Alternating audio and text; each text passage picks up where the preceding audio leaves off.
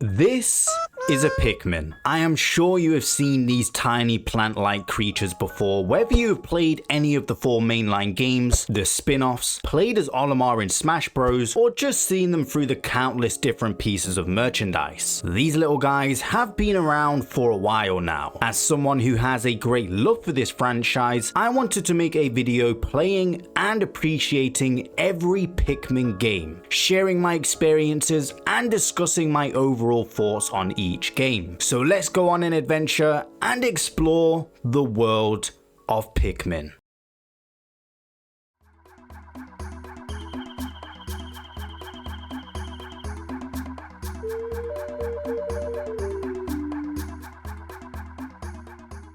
In the beginning, Captain Olimar is traveling through space in his trusty SS Dolphin, and then suddenly collides with a meteor which sends him spiraling down to a mysterious planet. The Dolphin breaks apart with its pieces scattering all over the surface before crash landing. When Olimar awakens, he realizes his trusty vessel is a complete and utter mess and won't be able to take off in its current state. To make matters even worse, the oxygen on PNF 404 is poisonous to the captain, and his life support systems will only last 30 days until giving out. To put it in simpler terms, we need to get the heck out of here in the next 30 days or we are screwed. 30 of the parts have broken off around the planet and we need at least 25 to be able to take off. So we better get a move on. Right next to the Dolphin, Olimar notices a strange little pod which launches from the ground, shooting out a single seed. He states this resembles an onion, so he names it just that. A few moments later, the seed that took root in the soil has now produced a strange sprout. So you yank it out of the ground, and here we are introduced to the wonderful little creatures known as Pikmin. I love how his first thought is just to throw this poor little thing. The impact site is essentially the tutorial area for this game. It does a really good job of teaching you the core mechanics without having to worry about any of the planet's many dangerous enemies or even the time limit. You can take your sweet pick carrot time just for today, Olimar. Despite being trapped on an unknown planet, there's something weirdly comforting about the impact site. Maybe it's the fact that it is its own boarded off area free of any danger, at the start at least, or maybe even the funky little music, I don't know. The first task is to expand your Pikmin army by collecting these pellets, and look, even Olimar is helping out a little. Here you also learn you throw the Pikmin and order them to do different tasks. Before you know it, you have a group of these funky little guys, and this teaches you it's always important to farm plenty of Pikmin so you've got backup, and so we can move this Nintendo Labo box out of our way, which requires 10 Pikmin. The Pikmin, for some reason, are drawn to Olimar and respond to his commands, so we use this to our advantage by getting them to move obstacles out of our path, fight enemies, and most importantly, retrieving the SS Dolphin parts. And just like that, you discover your first part, which happens to also be the most important part, the engine.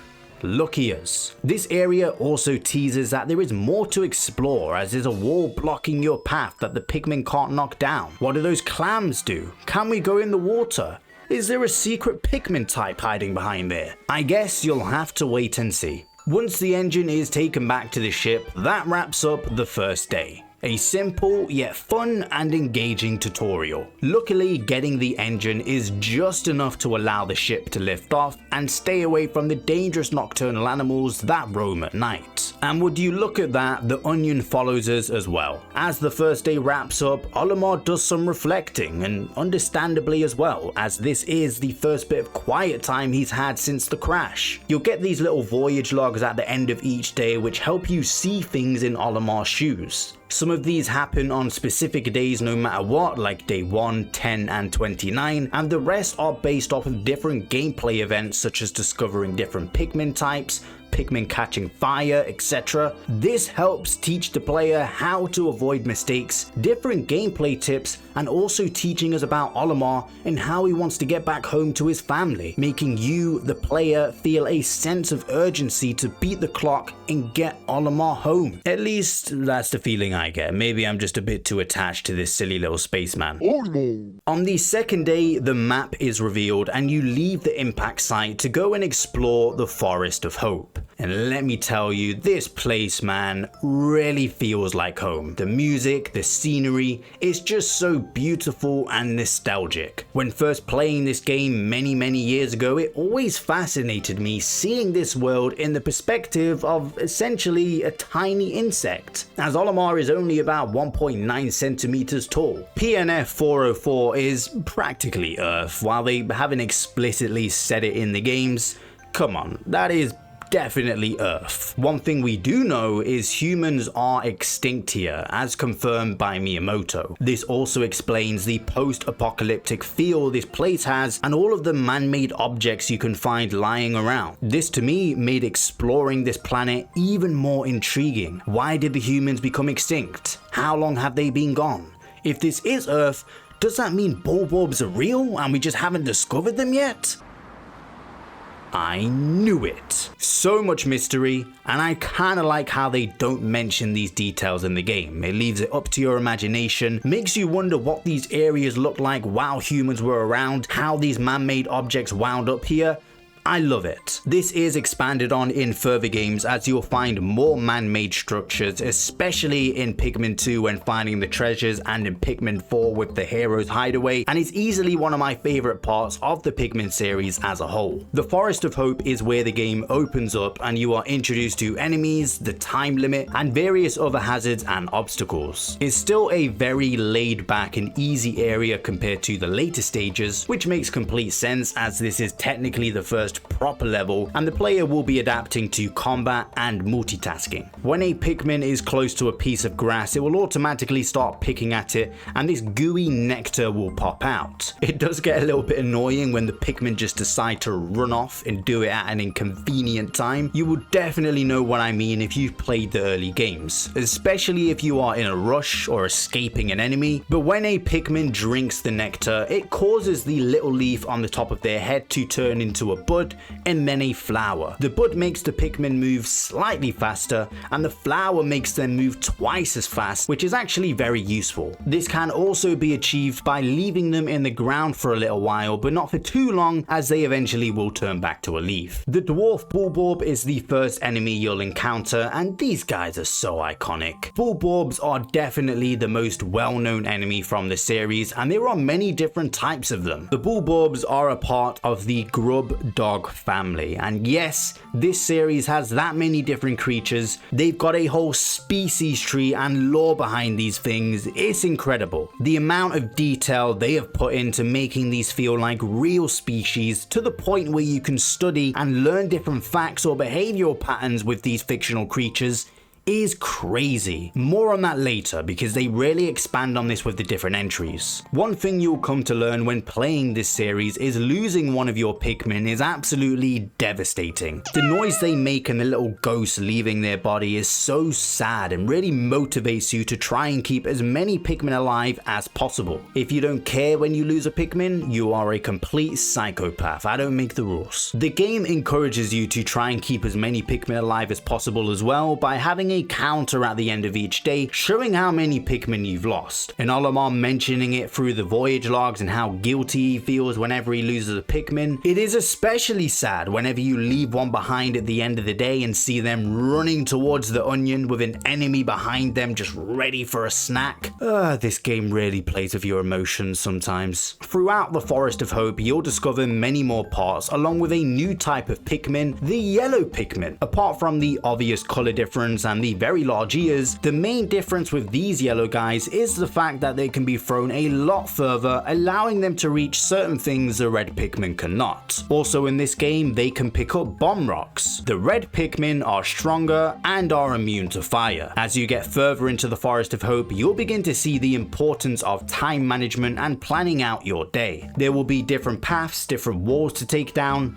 the more challenging big Bulborbs that require a bit more strategy, especially when surrounded led by the dwarf bulbobs. These annoying little shear grub things that just really irritate me for some reason. Walls that can only be taken down by bomb rocks. There is a lot to it. There are 8 parts in this area, and if you are really quick, you'll be able to sometimes take 3 or maybe even 4 in a day. The next area is the forest navel, and this place can be a real pain sometimes. I don't know what it is. Maybe it's because of the obstacles or the countless different enemies, some of them being very obnoxious. I'm looking at you, toad frog thingy. The difficulty is ramped up quite a lot here too, and there's a lot going on. You'll see there are many different walls to knock down, many of them requiring lots of bomb rocks, a bunch of ramps, branches, you name it. You'll meet the blue Pikmin here, the final type in this game. As you may have guessed due to the color, these guys can go into the water and also save other Pikmin who are drowning. While gathering some more blue Pikmin, Mr. Breadbug here tries to steal one of our pellets. Not on my watch, buddy. By the way, remember when I said bulbobs are iconic? Well, breadbugs, now they are legendary. They changed my life. They are my inspiration. They are literally called bread bugs because they look like bread. The giant ones are especially hilarious. Look at him. They wait for you to take out an enemy or knock down a pellet and then try and steal it. The embodiment of work smart, not hard. So you outnumber them and drag them back to the onion, and would you look at that, he has a part inside of him. I don't know how that fit in here, but I feel ashamed I had to wipe him out. But look man, I needed the part, please forgive me. Although this is technically not the first area with bosses, majority of players will encounter their first boss here. There is the puff stool, which isn't too bad I suppose. You just need to be careful of this magic powder which causes your Pikmin to go crazy. But once he is knocked over, if you bombard him with Pikmin, you can take him out pretty much instantly. Puff stool is nothing though compared to the beady long legs. Even after many years of fighting this creep, I still can't get the hang of it. He stomps all over the place, crushing your Pikmin, and only the yellow Pikmin can reach his body, the vulnerable spot, with ease, so you'll want to have plenty of those to hand. The others have to climb up his legs, which takes way too long. It also doesn't help that this thing looks absolutely terrifying. Some of the enemies in this game are really strange, and this long-legged prick is definitely up there. I still hate these stupid toad frog thingies more though. You don't even deserve to be called by your name. What kind of name is a woolly hop anyway? Stupid thing. Hey, crush one of my Pikmin! Although I said this area can be a pain, because it is, it really does do a fantastic job of introducing you to many different enemies, obstacles, and really cranking up the difficulty. And it is probably the most unique area out of the game just based off of the environment as a whole. The Forest of Hope shows the beautiful side of PNF 404 with the luscious green environment, beautiful trees and plants, relaxing music, where the Forest Navel is the complete opposite. It's dark, there's more dangerous obstacles and scarier enemies. The music is less upbeat. This is the reality of being trapped on an unknown planet, not knowing if you'll even leave alive. And did I mention I hate these stupid toad frog thingies? On to the next destination, the Distant Spring. This features much more water and some interesting obstacles to overcome. Your base isn't as safe as it was in the past areas, as one of the first things you'll notice right next to you is a new type of enemy, the puffy blowhog, which can be a pain as they can just blow the flower petals off the Pikmin, turning them back to the leaf stage. There's also the spotty bullbear, basically a much stronger bulbob, but perhaps the most annoying enemy, even more annoying than the woolly hops, this little son of a gun, the snitch bug. His sole purpose is basically just to annoy you. He doesn't even eat or kill your Pikmin, he just grabs them and flings them into the ground. If you leave some Pikmin unattended, you'll just find a bunch of them scattered all over the map. And because of the lack of a proper lock-on system, trying to catch him while he's flying away can be really challenging. You are the real-life equivalent of a mosquito. You serve no purpose and just like to annoy people. I hate you. There's also a armored cannon beetle boss here as well, which I always find to be kinda easy, but the big boy here has to be the smoky prog. You'll probably be aware of the giant egg, and if you get too close, this thing will hatch and it heads straight for your base. It leaves a trail of poison behind it, and if your Pikmin touch this, they will just die instantly. Avoid this thing like the plague. The Distant Spring has many interesting enemies and is a much more mysterious and airy environment, and the music definitely helps elevate that feeling. Some parts here can be very challenging to reach as well. At some point in the game, you may find yourself having to backtrack to collect some parts you missed if you still have the time. I head back to the Forest of Hope where there are 3 more parts to collect. There's also an armored beetle to fight here, as well as a burrowing snagret. These things can be a pain. You'll really want to make use of the swarm ability here, waiting for just the right moment when the head comes out of the ground. The swarm feature is mega useful in this game. For quickly attacking an enemy, using it to quickly pick up a part instead of having to throw each Pikmin individually, and even just keeping everyone on the right track if you're going through a tight area. One area you'll definitely have to return to for 100% completion is the impact sites, where it all began. Now that we have the yellow and the blue Pikmin, we can explore this area in its entirety. This empty spot now has a boss to fight, and what is cool about this area is the boss will depend on if you come on an odd or an even day. We came on an odd day, so we faced the Gulix. Behind the wall is a little pond with those mysterious clam pearls from before, one of them having a part and the other 2 having a pearl which produces 50 Pikmin each. The impact site as a whole is perfect for farming Pikmin even without the pearls, so it's best to make use of it, especially before the final area. Fittingly, the final trial is the last area of the game. There is a fun little bit at the beginning where you have to make a path utilizing all of the different Pikmin types, and right at the end, waiting for it in the ground, is the Emperor Bulblax, the big boy. Just look at this dude, he's ugly and he's a bit too freaky with that tongue for my liking. Your best bet is to make use of the numerous bombs scattered around and just hope that he swallows them, as you will lose a lot of Pikmin just trying to face him head on, which I did because I'm stupid.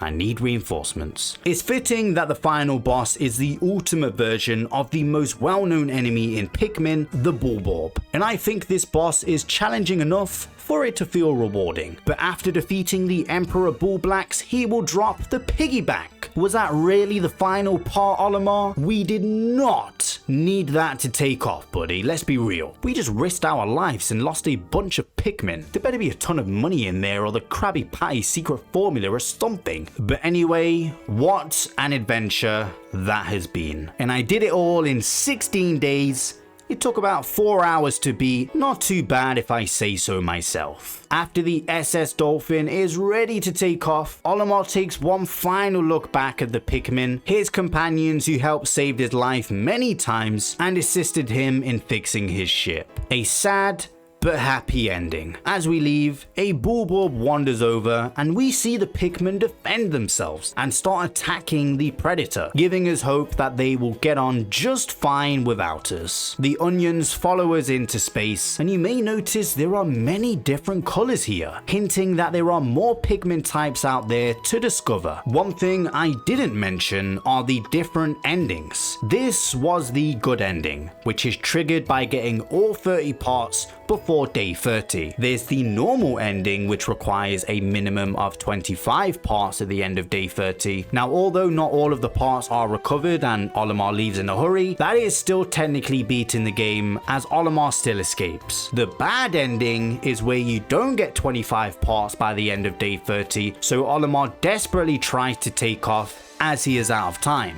But the SS Dolphin explodes while ascending and falls back down, and the Pikmin carry Olimar's body into the onion, which causes him to turn into a Pikmin. Hey, that's a good ending in my eyes. Let me start off by saying, if you couldn't already tell, I adore this game. I love the simplicity to it compared to the other games in this series, and it is genuinely a game I can pick up at any time, blast through it, trying to get all 30 parts as quickly as possible. There's just a feeling I get when playing the first game that I don't get compared to the others, and I don't know what it is. I also love the time limit in this game. I know a lot of people hate it, and I get why, because I also used to hate it. This was mostly during my first playthrough because I had no clue what I was doing and was just so stressed, so I get why Nintendo removed it, to make the game more accessible and allow you to explore more. But there's just something about only having 30 days to get out of there or you're dead. Or turn into a Pikmin, I guess. I love the sense of urgency, motivating you to be as quick as possible and to plan your days ahead of time. One thing I will say that frustrates me sometimes are the Pikmin AI. I completely get this game was released in 2001 and the technology has advanced a lot since this, but yeah, it really can be frustrating sometimes, especially going back to it after playing Pikmin 4. It still isn't perfect in the other games, but the amount of times a few straggler Pikmin will get caught behind a corner, or you're walking across a bridge with a full party and some red Pikmin or yellow Pikmin fall in the water, or them picking up every single thing they walk by, it does take a bit of getting used to, and you will lose some Pikmin due to their own mistakes. The atmosphere and the music in this game is amazing. The title screen music, the Forest of Hope music, today's results, the impact site, they all fit this game so well. The gameplay loop of gathering Pikmin, sending them off to do different tasks, collecting parts, fighting the many different enemies is just so much fun. Olimar's story is believable. Just a normal guy trying to make a living who finds himself in an unfortunate situation. He's not some superhero with powers or whatever. He's just an ordinary guy who wants to get back to his family. I mean, I guess he's not that ordinary. He is an alien and he is the size of my fingernail, but we'll just ignore that. The first game does such a good job of setting this series up, and there are countless ways they can expand on it. So, they did just that. Not long after the first game, we got a sequel also released on the GameCube in 2004, Pikmin 2.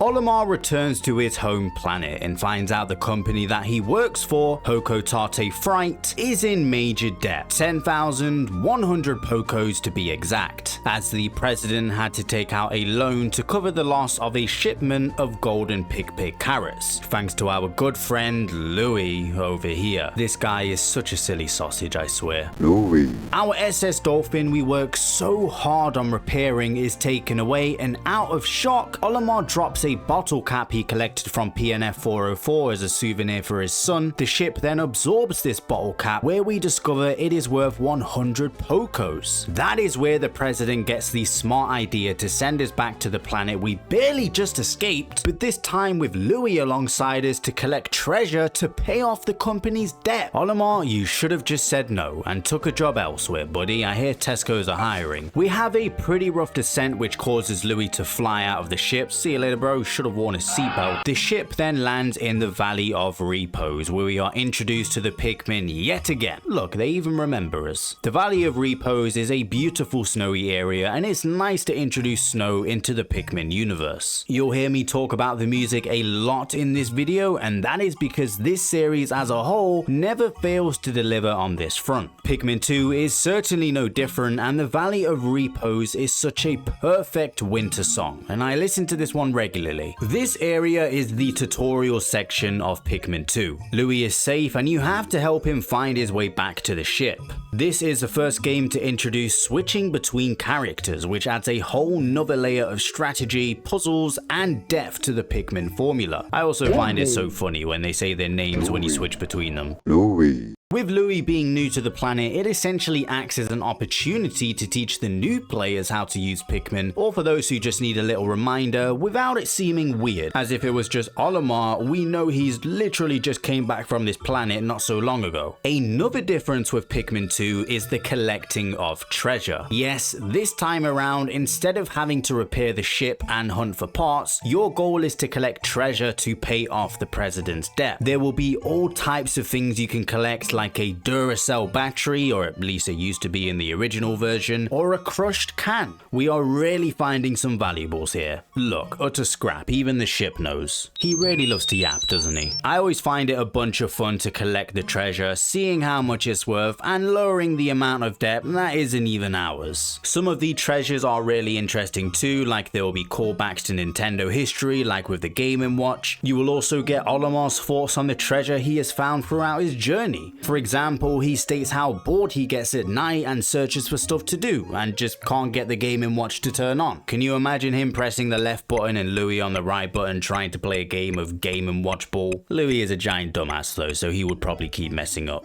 Olimar will also explain the meaning behind the names he gives the different areas and caves. I just find this stuff so fascinating and glad they included this. After a bit of time, you will then come across another big part of this game, cave exploration. Time is not a thing in these caves, and you are going to be spending a lot of time in them, and I mean a lot. Each cave will be divided into different sub-levels, and there will be treasure for you to collect, puzzles to solve, and enemies to battle. Some of these can be really fun to explore, and it's always satisfying to 100% caves, but some of them can get a bit difficult. I have no problem with a bit of a challenge, and do enjoy the more difficult Pikmin 2 compared to the others in the series. Sometimes though, it just feels like they punish you for no reason at all. Like these giant rocks or bombs that just fall from the sky out of nowhere. If you get caught off guard even once, you could lose half of your squad just like that. In the first cave, the Emergence Cave, Olimar discovers a new type of Pikmin, the purple Pikmin. I miss these dudes. They are super strong and are equivalent to 10 normal Pikmin, which makes carrying things back a lot easier, and it's always fun to lob one at an enemy. The other new type of Pikmin in this game is the white Pikmin, who are immune to poison and also poison enemies when eaten. With them also being smaller than your usual Pikmin, they are a lot faster and can discover buried treasure. Useful little guys. Well, I suppose they aren't the only new types of Pikmin in the game, as there's also the Bulbmin. Definitely probably the least talked about, and it always kind of creeped me out a little bit. I don't know why. They're basically a parasitic species of Pikmin that infect Bulborbs. They're only found in the caves and can't be taken up to the surface, so you don't really use them that much. But these guys will start out as enemies, but once you defeat the adult Bulbmin, the little ones join your team and can be used as a standard Pikmin. Kinda cool, but they never made it into another Pikmin game, sadly. The yellow Pikmin have also had a slight change. They are now immune to electricity, which is an obstacle that pops up quite a lot in this game. This essentially replaced their ability with bomb rocks, as they aren't really used as tools in this game like they were before, and just serve as obstacles that can be set off when punched by the leader. One thing I love about Pikmin 2 is the Piclopedia. I always appreciate the little details developers add like this. This essentially gives you a more in-depth look at the creatures from the Pikmin universe, and even the plants. Just the random plants you see around the different areas, some you can't even interact with, but still they give them all a detailed description and a proper species name, making the world feel that much more alive. The small things like this make such a huge difference. Even if most players probably won't ever read it, I appreciate it. Look, you can even throw a pick carrot to wake him up. Isn't that just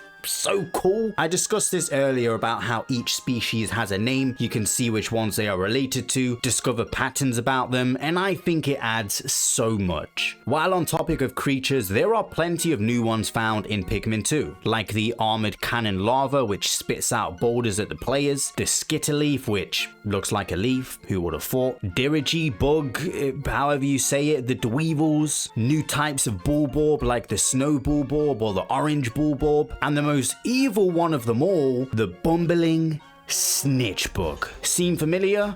Well, he's very similar to the annoying swooping Snitchbug, but instead of targeting Pikmin, this guy likes to swipe up captains instead and fling you all over the place. Pure evil. There's a large variety of enemies in this game, lots of returning and lots of new, and I really like that. It doesn't feel like you are fighting the same enemies over and over again. I also appreciate they've made different types of previous enemies like the watery blowhog to expand things more and fill out the Piccolopedia. There's also a few new bosses like this abomination and this thing. We don't talk about this. It gives me genuine nightmares. The music in Pikmin 2 is something special and has some of the most memorable tracks out of the entire series. Some of the tracks for the environments and caves even change depending on which leader you are using, if you are in battle, if you found treasure, the time of day. This helps make things feel more immersive and really adds to the gameplay. Some of my favorite tracks though are the different music that plays in the caves, more specifically the music that plays when you reach a rest sublevel. There's something about this music, knowing you have reached a safe zone, being able to just relax and take a minute. This music perfectly represents that, and I always stay a little bit longer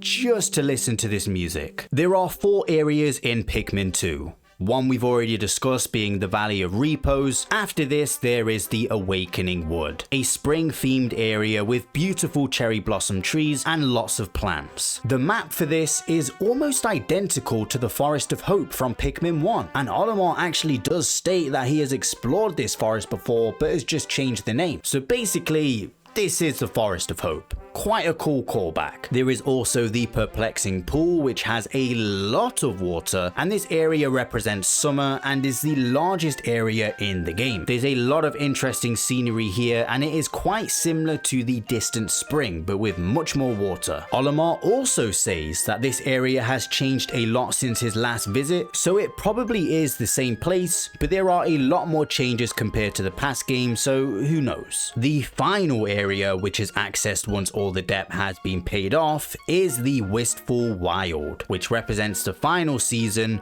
autumn or fall. What I remember most from this area are the caves because of how crazy difficult some of them are. Each area has multiple caves to explore, and while there are some treasures on the surface of each area, you'll be getting most of it and paying most of the debt off from the treasure you find in caves. Again, I don't mind the caves, I just would prefer a bit more of a balance because, at least from my experience, I felt like most of my time in this game was spent exploring dark caves, which after a while all just tend to look the same. For me, Pikmin is about exploring different environments and areas, and not just constantly being underground. Some of these caves are really fun though, and my favorite has to be Gluten's Kitchen. Why, I hear you ask? Because of the giant bread bug. Here he is. We spoke about this marvelous creature earlier. He does look kind of tasty as well. Now I know why Louis is so obsessed with eating creatures from this planet. I feel bad now that I have to kill him though. Sorry, buddy. Speaking of Louis, let's talk about how crazy he is. This guy seriously has some demons in his closet. As a matter of fact, he is a demon. Louis. This dude will eat absolutely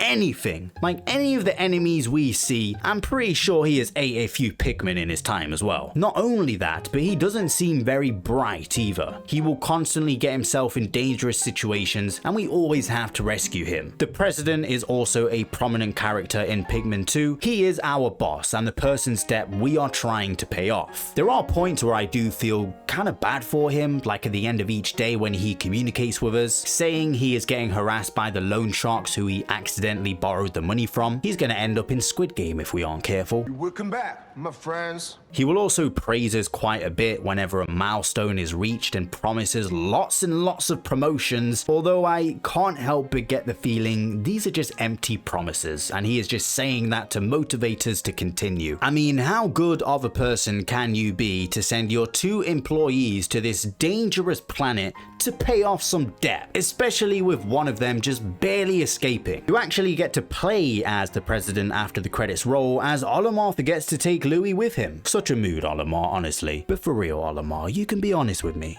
You did it on purpose, right? Oh, he'll be fine. Look at him. He can eat all the bugs he wants. He's that excited. His eyes are just like that the whole time. Why are his eyes like that? But despite the credits rolling and the main objective being complete, there is more, and the game isn't truly finished until you defeat the final boss and collect all of the treasure if you're going for 100%. Seeing the president run around is hilarious. This dude is gonna get eaten by a bulborb instantly. Some of these caves in the post game are so damn hard. Like, these caves, they'll humble you, especially the final cave. Dream Den. There are 14 sub-levels, each with a bunch of different enemies and obstacles to tackle, minus the rest sub-level. Wait, no, actually, even the rest sub-level has these farting bugs that fart out poison. Lovely, that smells delightful, mate, thanks for that.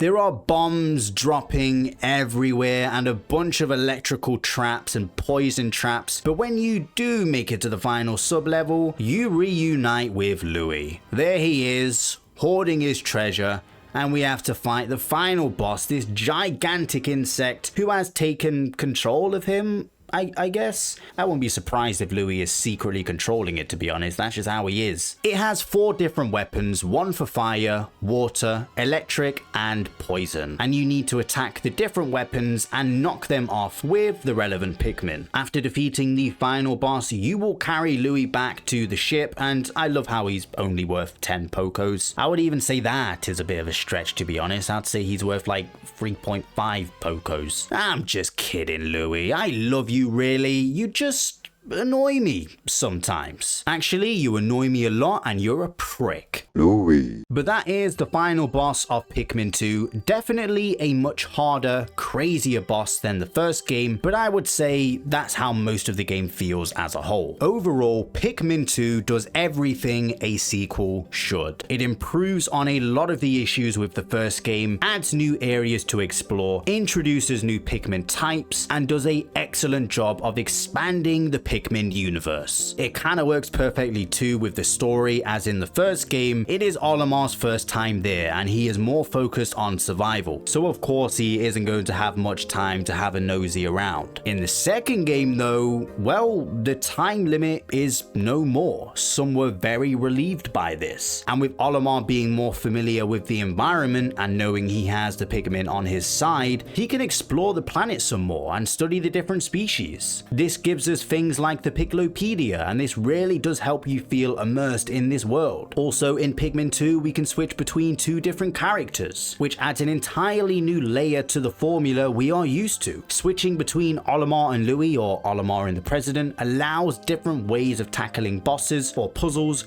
or even just having them at opposite ends of the map to try and collect and explore as much as possible. Perhaps the biggest new feature in Pikmin 2 is the introduction of caves. And while I do love exploring caves and collecting every piece of treasure I can, in my opinion, there are far too many of them, and some of them are very long. It felt like most of my time in this game was spent underground, and some people love that, which is why Pikmin 2 is their favorite game and Pikmin 1 or 3 their least favorite, as they don't have caves, which is completely fine. We all have our favorites, and I don't hate the caves. I just wish there were less of them, or at the very least some of them weren't as long. I know a lot of people also have a problem with the difficulty in Pikmin 2. Yeah, sometimes it does feel like the developers just wanted to troll us a little bit and ramped up the difficulty for no reason. There is definitely a noticeable jump in difficulty from the first game, and you would think the opposite with the time limit being removed, but no. Personally, it didn't bother me as much. I enjoyed the challenge. It does keep you on your toes. Apart from the caves being a bit much at times for me personally, Pikmin 2 is absolutely outstanding. The music, the characters, the quality of life improvements, the new enemies, the expanded universe. I love Pikmin 2. But this would be the last Pikmin game for a very long time. Unless you count the new play control ports of Pikmin 1 and 2 on the Wii, it was a 9-year wait for the next new game in the franchise, Pikmin 3.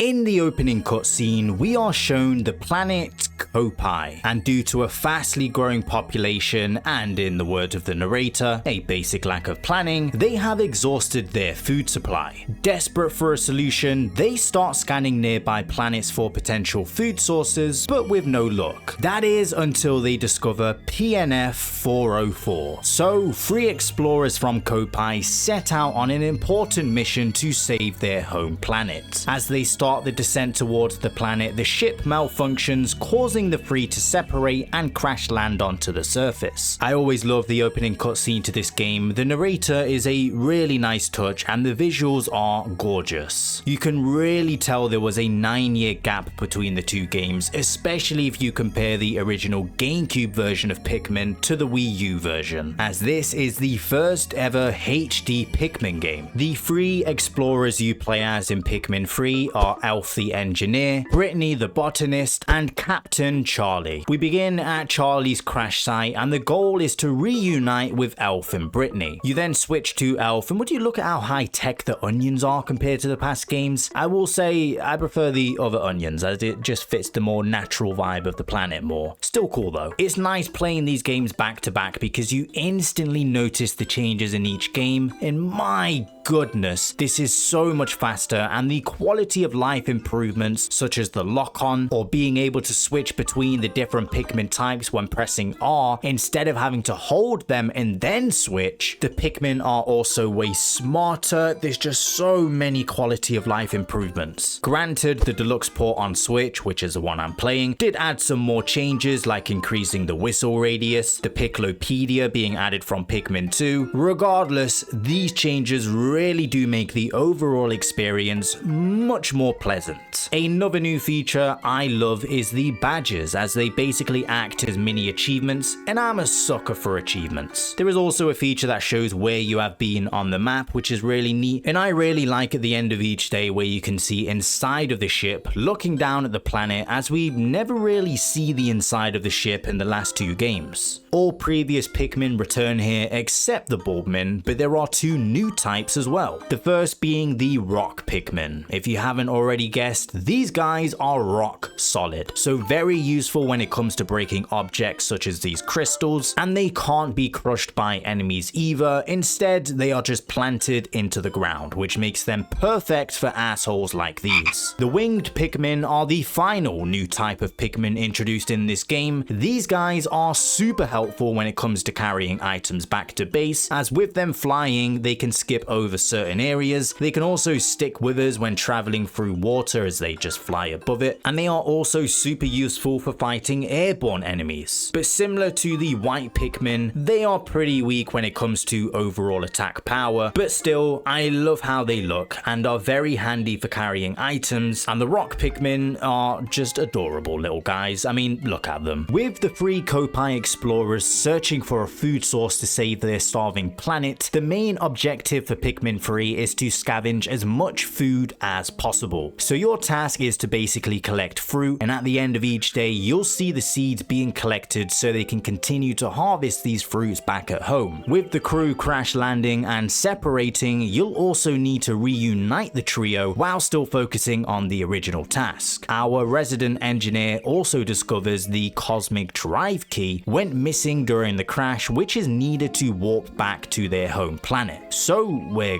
gonna need to find that too. Throughout the game, you'll discover numerous lost data files from none other than our old friend Captain Olimar, where we discover he mistakenly took the cosmic drive key as he thought it was treasure. But Olimar isn't alone. He is back also, and is originally thought to be Olimar by the crew as they find him first. When Louis wakes up, he lands our ship, literally steals all of our juice. This guy is just pure evil. He stole 40 days worth of juice. What is wrong with him? I would understand if he took enough for himself to survive, but 40 days worth? He stole all of that, and there are 3 of us here and 1 of him. Okay, you know what? I can forgive him for that, but he also stole Captain Charlie's rubber ducky. Now that is a crime punishable by death. The crew come to realize that this villain is not Captain Olimar. No, our boy Olimar would never do such a thing, so it is time to actually find Olimar, but more on that later. There are countless quality of life improvements in this game, as I said before, but it can't be said enough how much smoother Pikmin 3 feels. Being able to target enemies makes combat feel more fluid, and taking on annoying snitch bugs is now pretty easy. You can also target specific parts of an enemy's body, like a Bulbob's eye. I don't think I've ever seen a Pikmin falling off a ledge or getting stuck behind things in this game. For areas in this game, the Tropical Wilds is the main starting area for Elf, where he discovers the red Pikmin and pretty much acts as the tutorial area at first. It's a beachy jungle environment and is explored much more later down the line, where you can find bodies of water and caves. Although the caves in Pikmin 3 aren't the type from Pikmin 2 where you go through different sub-levels, they're just a part of the environment as a whole and aren't separate areas. The Garden of Hope is entered on day 2 and again is very similar to the Forest of Hope and Awakening Wood. I feel like I haven't said it enough already, but Pikmin 3 is absolutely gorgeous. The graphics still hold up to this day, even on the original Wii U version. And to be honest, the deluxe version on Switch didn't really change much in terms of graphics, which isn't a bad thing. There wasn't really much to improve on. They could have maybe bumped the resolution up a little bit though on the Switch version. They really did a good job making the first HD Pikmin game a beautiful one. The third area of the game is the distant tundra, although I guess you could say this is technically the first area you visit as Charlie crashes here. You just don't spend very much time here at first. The fourth location is the Twilight River. There is a large river throughout the area and you use lily pads to make your way across. The final location is the Formidable Oak. This area is teased throughout the game. It's actually a large nest built around a tree stump, and inside the nest is the large cave area. With this being inside a nest, it actually makes for quite a unique environment. I might start sounding like a broken record here, but I adore the music in Pikmin 3. Are you starting to see a trend? Pikmin 3 has a large selection of enemies, but most notable are the bosses. The bosses in Pikmin 3 are very well done and are easily the best in this series in my opinion. Not just because of the designs, but because of how big and epic the battles actually feel. Like the first boss, the Armored Mordad. The trick is to break the exoskeleton with the rock Pikmin and then attack the soft part of his body. This dude is absolutely massive, and once you defeat the bosses, the bodies don't actually shrink either. So it really puts into perspective how big the enemy we just defeated was when carrying it back to base. Like, look at how epic this is, just carrying this giant trophy back. Or the Behemoth Fozbats, I don't know, you guys always correct me in the comments whenever I slightly mispronounce something anyway. But this dude swallowed Charlie and he is invincible in the dark. So you need to use your yellow Pikmin to light up the circuits, which then stuns the Fozbat thing. Let's just call him Zubat, that's going to make our life so much easier. Once you stun the Zubat, this allows you to attack. Or there's the Sand Belching Meerslug, the Scornet Maestro. What are these names, honestly? But so many exciting and creative bosses, a big highlight of this game for me. After rescuing Charlie, you can access the first side story, Olimar's Assignment. The side stories are new content added into the deluxe version, and I really love these new additions as it helps add to the story. In Olimar's side story, we learn the company he works for is in debt again. Dude, at this point, the president is just racking up loads of debt on purpose and making us pay it off. I'll say it again. Tesco's is hiring, the offer is still there. It's a very short side story and is a bunch of fun to replay and see how quickly you can beat each day and aim for the Platinum Awards. It's also funny seeing the dynamic between Olimar and Louis, like how Louis apparently mutters to himself when he thinks nobody is around, and seeing him just being in danger constantly in the cutscenes is really funny. A great little side story that I would recommend everyone tries. After beating the main story, the second side mode is then unlocked. boss. The president is angry with Olimar and Louis for leaving the Hokotate freight ship behind, so they need to go back again to retrieve it. I really feel for Olimar sometimes, honestly. This is the final side story added in the deluxe version called Olimar's Comeback. This time it is 10 days long, each having different tasks such as collecting 100 Pikmin, taking out enemies, carrying parts, etc. On the final day you battle a golden beady longlegs. Sorry, 2 golden beady longlegs, as the second one just dropped out of the sky while I was carrying back a part. I really enjoy these side stories, and it's nice extra content showing what Olimar and Louis were up to before and after the main story. Back to the main story, where we actually go to rescue Olimar this time, and his location is in the Formidable Oak. I feel like one of us should stay and watch Louis. No?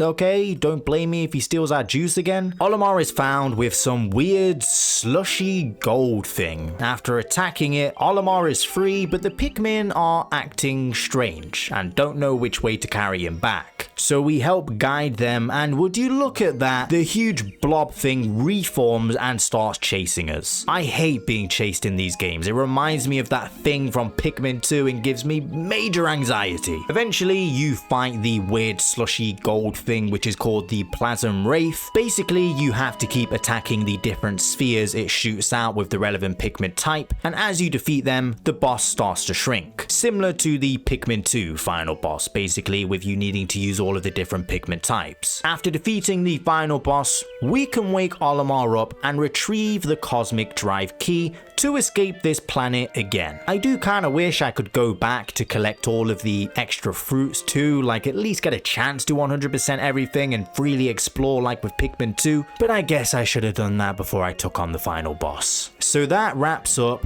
Pikmin 3. A very pleasant, relaxing playthrough. The first thing you instantly notice about Pikmin 3 is how gorgeous it is. As I mentioned before, when playing these back to back, you really do start noticing the quality of life improvements in each game. It makes such a difference, and you can really tell there were 9 years between Pikmin 2 and 3. But what about the story itself? Well, I enjoy having a fresh new cast of characters to control while still keeping Olimar and Louis involved. Although I will say having 3 characters to switch between feels a little bit much at times. And at most I would only switch between 2 characters unless I absolutely needed to for a puzzle or something. I also love the new Pikmin types. The rock Pikmin are super adorable and very useful to just lob at an enemy, dealing lots of damage. I also adore the winged Pikmin. While they aren't the strongest guys, they are just really great for carrying things back to base, and again, they are super adorable. The bosses are also a major step up and the best out of the series in my opinion. A common piece of criticism for Pikmin 3 is the lack of content compared to Pikmin 2, and there's no bread bugs, which is just not a good thing. While the main story itself is around the same length, once you are done,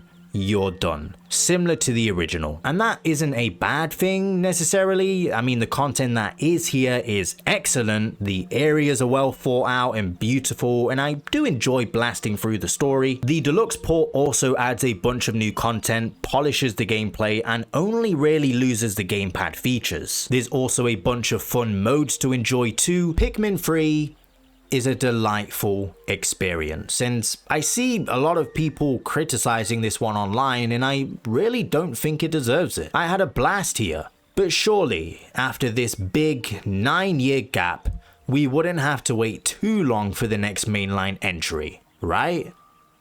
Right? Look, it says in this article right here that Pikmin 4 is almost done. Wait a minute, what the heck is this?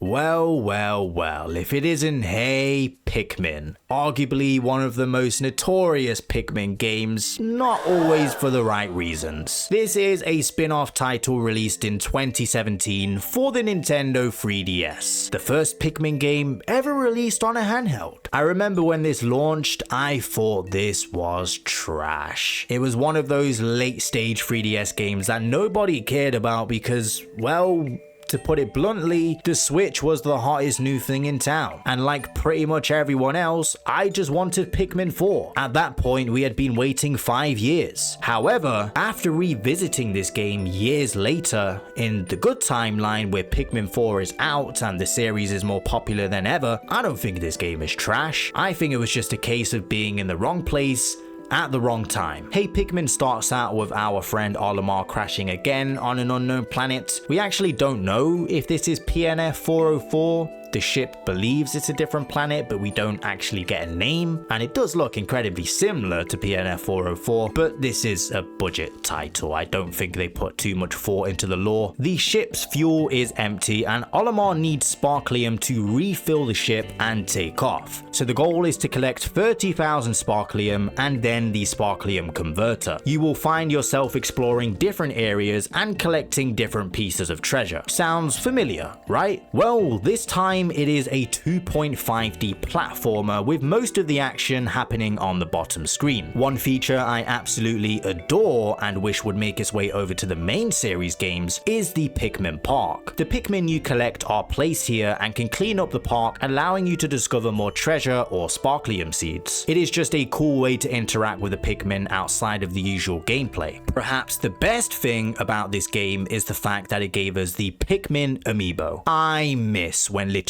every game got an amiibo released alongside it. This is easily one of my favorite amiibo. The compatibility with amiibo in general was done very well too. Whenever you scan one in, you then go and collect it and have it appear as a real treasure. As someone who is obsessed with these pieces of plastic, I approve. The personality of Pikmin in this game really does shine too, and I would argue they probably have the most personality out of every Pikmin game, or at least is up there with Pikmin 4. Hey Pikmin is a decent game if you look at it for what it is, an experimental spin-off. It is very basic at times, and it certainly isn't groundbreaking, but does have some interesting ideas, and I would like to see more spin-offs. If we want the Pikmin series to grow, we need them to experiment and get a bit wacky at times. That is what spin-offs are for. If we get a new mainline entry every 3 to 5 years, let's say, I hope the long gaps are a thing of the past now, maybe throwing in a game like this to tide us over isn't such a bad idea, as long as they are clear and communicating with us that another mainline entry is on the way. Hey Pikmin,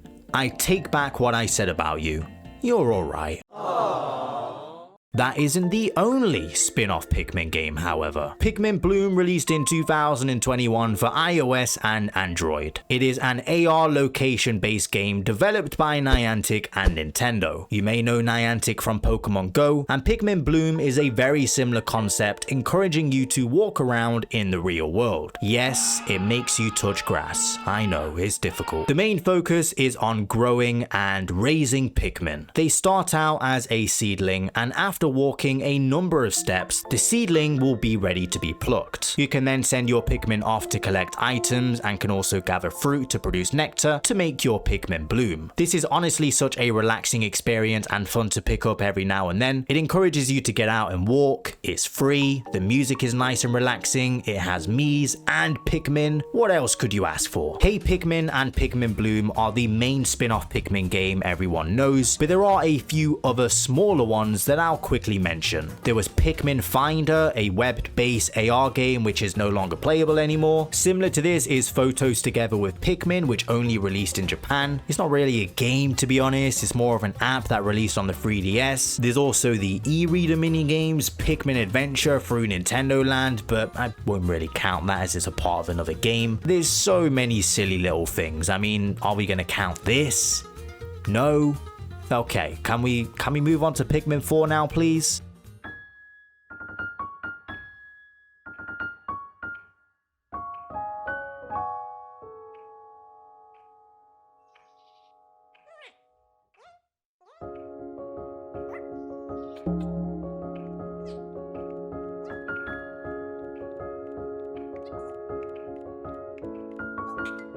A decade-long wait to get this one. The wait sure was painful, but oh man, was it worth it. The opening cutscene retells the backstory of a familiar face, Captain Olimar. Wait a minute, I don't remember seeing you in Pikmin 1, Moss.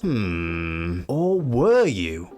Oh wait, you were right there the whole time. What am I talking about? I love that we start out in a house, a nice change of scenery, and remember way back at the start of the video when I said it fascinates me seeing the world in the perspective of a tiny silly little spaceman? Well, seeing this in a house now and passing by all of these everyday objects, some of which I have in my own home like this random floating platform, is just so fascinating. This is the tutorial for this game, teaching us the basic controls from past games and some new ones, like controlling our loyal friend Moss. The rescue pups are such a big new feature, arguably the biggest in this game and easily my favorite. They were such a genius addition in my opinion. More on that later. Olimar manages to find the interstellar radio and sends out a SOS signal as a last attempt to escape the planet. The signal reaches the rescue corps, the main cast of characters for Pikmin 4. They set out to save the stranded captain, but in typical Pikmin fashion, the descent goes horribly wrong, causing the crew to separate. Enter the rookie, the newest recruit, aka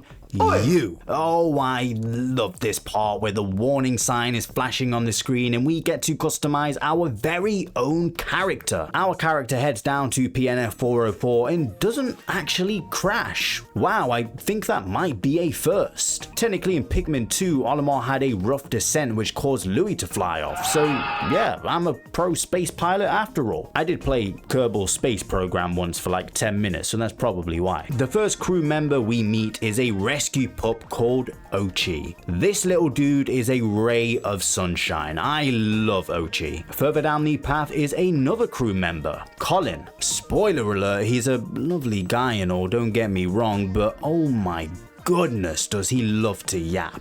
Hello. After a very long yap fest, we head into the Burrow of Beginnings. Yup, the caves are back here and there is our captain, who is scared of some bulborb lava. Wait until you see the smoky prog, Captain, my goodness. After escaping the very first cave, you will then come across the SS Shepherd, and in order to restore the ship and help expand your search radius, you need Sparklium, which can be found from treasure. And look, it's a Game Boy Advance SP, what a throwback. I remember having a silver one when I was younger and playing Madagascar on it, but I just couldn't get past like the first level though because I was dumb. The mission in Pikmin 4 is to rescue the other Rescue Corps members along with the original mission, of course, to save Captain Olimar. In my notes I accidentally typed Oilmar. I'm going to start calling him Oilmar from now on. And later on you will find yourself rescuing other castaways too. They don't call us the Rescue Corps for nothing. It should come as no surprise that Pikmin 4 improves on the gameplay even more than Pikmin 3. This game feels so smooth. The Pikmin are smarter than ever and there are so many new additions that make playing through this a blast. A big change is the new camera angle. While some were concerned about this new zoomed in perspective at first, it makes things feel more immersive, and if you don't like it, you can control the camera quite freely, so nothing to worry about. Being able to move the base around makes life so much easier,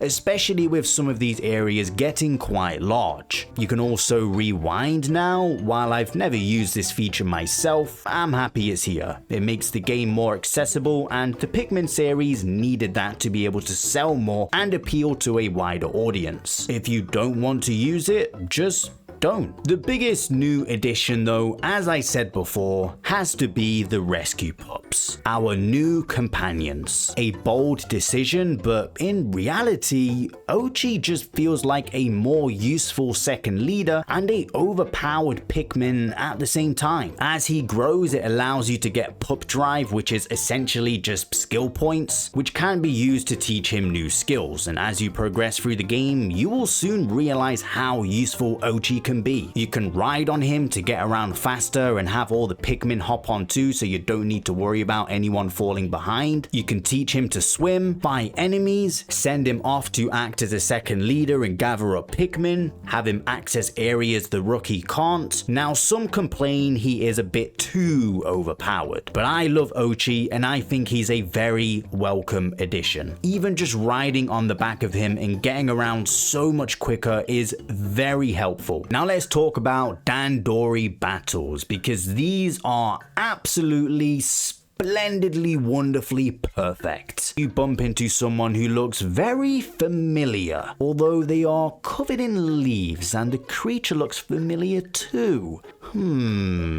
Where do I know them from? Oh, it's Super Mario and Yoshi. I know I've seen them before. Anyway, Dandori battles. You compete against the opposite player to see who can earn the most points. You do this by carrying back different enemies, treasure, etc., and the weight of said item determines how many points you can get. There are also various power-ups you can use to your advantage and slow down your opponent. You'll find many Dandori battles around the different areas, and this is also playable with 2 players as well. I enjoy the Dandori battles and battling it out to see who is the quickest, although I do find it annoying it has to be split screen even when playing against the CPU. Like, I don't need to see what they are doing, but that's just a Dandori issue, I guess. It's so funny how all the leaflings are just obsessed with Dandori, basically just being as efficient as possible. There's also Dandori challenges where you are given a time limit to collect the different items in the area, whether it's treasure, the bodies of enemies, gold nuggets. You want to get it all to get that platinum medal. The feeling of getting said medal will never get old, and I love replaying these to beat them as fast as possible. It's worth noting these are similar to the challenge mode from Pikmin 2 or mission mode from Pikmin 3, but I am glad it is a part of the main game. Dandori battles and challenges aren't the only activities you'll find around the map. Caves are back, and I actually had a much more pleasant experience this time around, as it feels a lot less repetitive. With there being a large overworld to explore,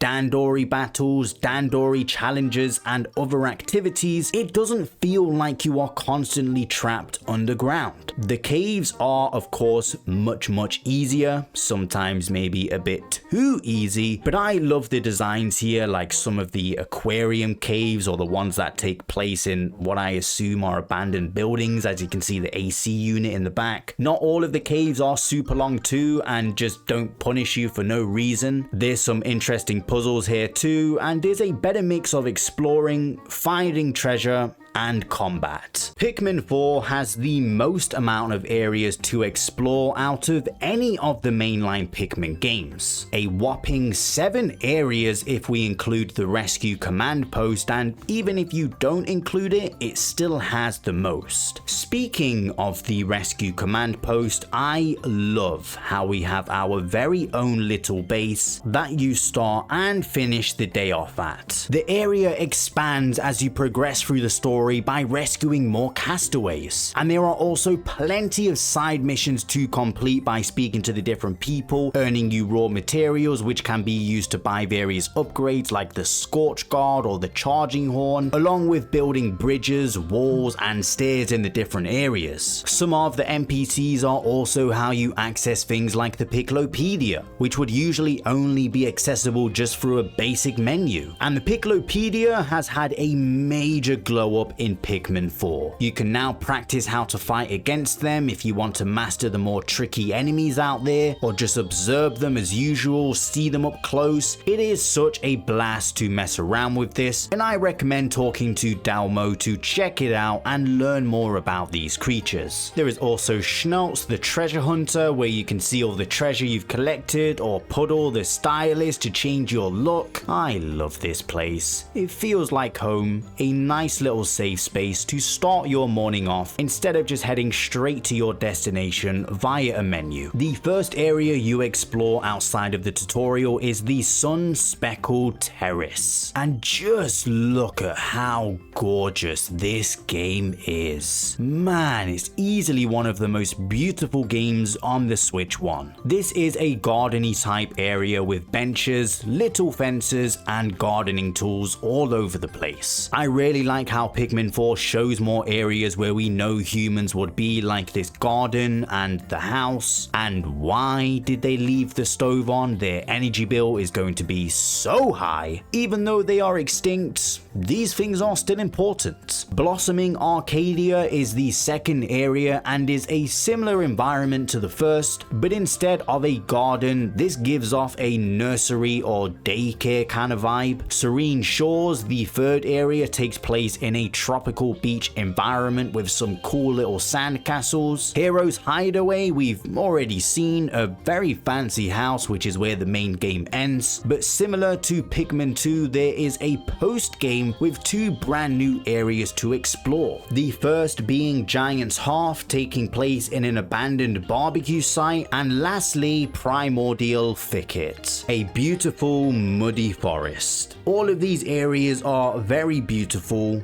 large, and fun to explore. All of the Pikmin return here again, of course apart from the Bulbmin. I'm really starting to feel for this little guy. And as with every Pikmin game, there are also new Pikmin to discover. The first one you find early on is the Ice Pikmin. Super useful and kinda overpowered little guys. They can just freeze enemies, which is super handy in battles, and they can also freeze water, so you don't always need the blue Pikmin. The second new type introduced are the Glow Pikmin. These guys are a bit different to your usual Pikmin, as they don't have their own onion and are instead created by the Luminals. You can spawn them in with glow seeds in caves, Dandori battles, and night expeditions. You first discover the Glow Pikmin in night expeditions, and yes, that is right, after over 20 years you can finally explore PNF 404 at night. I remember since first playing Pikmin, I always wondered what it would be like exploring at night, and that wish has been granted. The goal of night expeditions is to protect the Luminals from being destroyed by the enemies we all know from playing in the day, but at night, as teased ever since the first game, they are far more dangerous and are attracted to the glowing light created by the Luminals. This is basically a mini survival mode with waves of enemies, and once you have survived the night, the Luminal will produce a glow sap which Yoni uses to restore the leaflings we have rescued. When first playing, it is kinda creepy seeing these environments at night and just how quiet they are, as we are basically just programmed to head back to the ship as soon as the sun begins to set. I have fun with the night expeditions, and it is nice to split up the gameplay a bit. As you progress through the game, you will keep bumping into this strange red leafling until you eventually go back to where it all began, Hero's Hideaway. Moss is a real pain in this area, as she basically just patrols around stealing your Pikmin. So as payback, Ochi is going to show you who the real Star Rescue Pup is. Okay, I feel kind of bad now. After collecting the code to open the bunker, it is time to face off with this mysterious leafling once and for all. In the final, not so final test, because again, there's a post game. Wait. It was actually Olimar the whole time? Well, that is just the biggest plot twist I have ever experienced in a video game ever. I mean, what are you gonna tell me next? That Bowser kidnaps Peach in the next Mario game? Well, after the main mission is complete, Olimar and the Rescue Corps leave PNF 404 and live happily ever after. Oh no! The two troublemakers have formed a team. Oh dear. We have to face off with Louis, don't we? Yep. As you begin to leave, Ochi gets very sick, so we turn straight back to the planet, and after taking a look at Ochi, they believe it is to do with his tail turning to a leaf, as a similar thing happened to Moss when Olimar tried to escape. Well, now we need to cure Ochi and find Nell the vet to help with this, and also to finish off the previous mission to rescue all of the castaways. This is where Pikmin 4 truly excels. The post-game. It is such a shame so many people probably skipped out on this and just called it a day when the credits rolled, as there are so many cool upgrades you can get, new areas to explore, and perhaps my favorite part, Oilmar's shipwreck tale. This is basically a mini version of Pikmin 1 baked into Pikmin 4, as the time limit is back and you are collecting the ship parts just like the old times. It's also the prequel to the main story, finishing off in the hero's hideaway where the main story begins. After beating the mini side mode, it also unlocks a new cave in the hub world. Inside of the cave is a series of different challenges brought to us by the Sage Leaf, the great master of Dandori. There are 10 stories to be, and these can be really difficult. I'd say it is the most challenging part of the game, especially if you are going for a platinum medal in all 10. You'll find yourself chasing Louie and Moss throughout the final 2 areas of the game after rescuing Nell and her crew, who are actually from Kopai, shout out to Pikmin 3. In order to cure Ochi, we need to use glow sap and the cells from a dog without a leaf on its tail, so that crosses off Moss. This is where you head into the final boss to face off with this humongous dog. The final boss is similar to past games where the dog will use different attacks based on the different Pikmin types, and you use the relevant Pikmin type to fight back. And that is one very hefty dog. A very badass final boss with cool music throughout, and after defeating the dog, Louie is saved, meaning all of the castaways are rescued and Pikmin 4 is finished. I also 100%ed Pikmin 4. It was very satisfying to 100% every area and have this big 100% next to it on the menu. Totally worth it, and it wasn't that painful like it is to 100% some other games. I also went back to get the final upgrades for Ochi, which includes the Infinite Rush, allowing you to sprint around for as long as you please, and the Plucking Whistle, which saves you from plucking Pikmin. Such handy upgrades. I just wish they were unlocked earlier in the game because, well, I've beat the game now. I've done everything there is, so I just won't use them anymore. Now it is time to talk about my final thoughts on Pikmin 4 before talking about my thoughts on the series as a whole. It took a very long time for Pikmin 4 to release, and at times it felt like this game would never come out. But to say it was worth the wait would be the biggest understatement of all time. As soon as you boot up the game and hear that menu music, it's like a sigh of relief. The devs saying, "Here you go, we know you'll love it." You can just see the passion put into this game. It is gorgeous. Arguably one of the most beautiful games on the Nintendo Switch. Now for the new editions. Well, where the heck do I begin? We've got Dandori battles, Dandori challenges, night expeditions, new Pikmin, the rescue pups. So many new additions, while still keeping the core gameplay the same, just improving on it in every way possible. If I were going to critique the game, if I had to critique the game, I would say it takes a little while to get going. It's not the slowest start I've experienced, but there is a lot of dialogue to flick through, and I just think that was the team trying to get the new players to understand how to play and to not feel too alienated. Because, let's be real, Pikmin 4 is many people's first ever Pikmin game, which is why it acts as a mini reboot in some ways. I also hear many complaints about it being too easy, and I didn't really care too much about this. I do like a challenge, but for me, Pikmin is more about collecting everything and being as efficient as possible. That is basically the challenge for me, just replaying, trying to be as efficient as possible. There is so much to enjoy in Pikmin 4, and I really think there is something for all Pikmin fans here. Also, bread bugs are back here too. I know that's important for many people and may be the deciding factor on whether or not Pikmin 4 is worth picking up, but they are here and they are better than ever.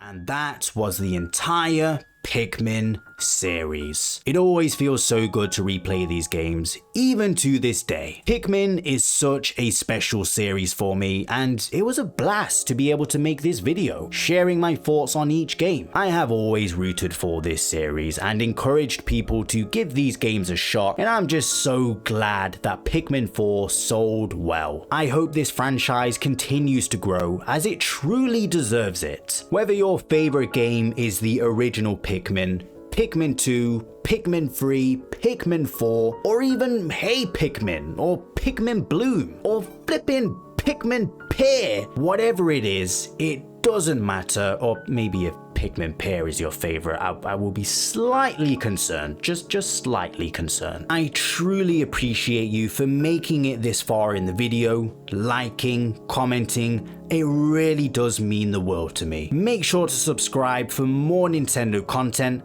and let me know which series you want me to cover next.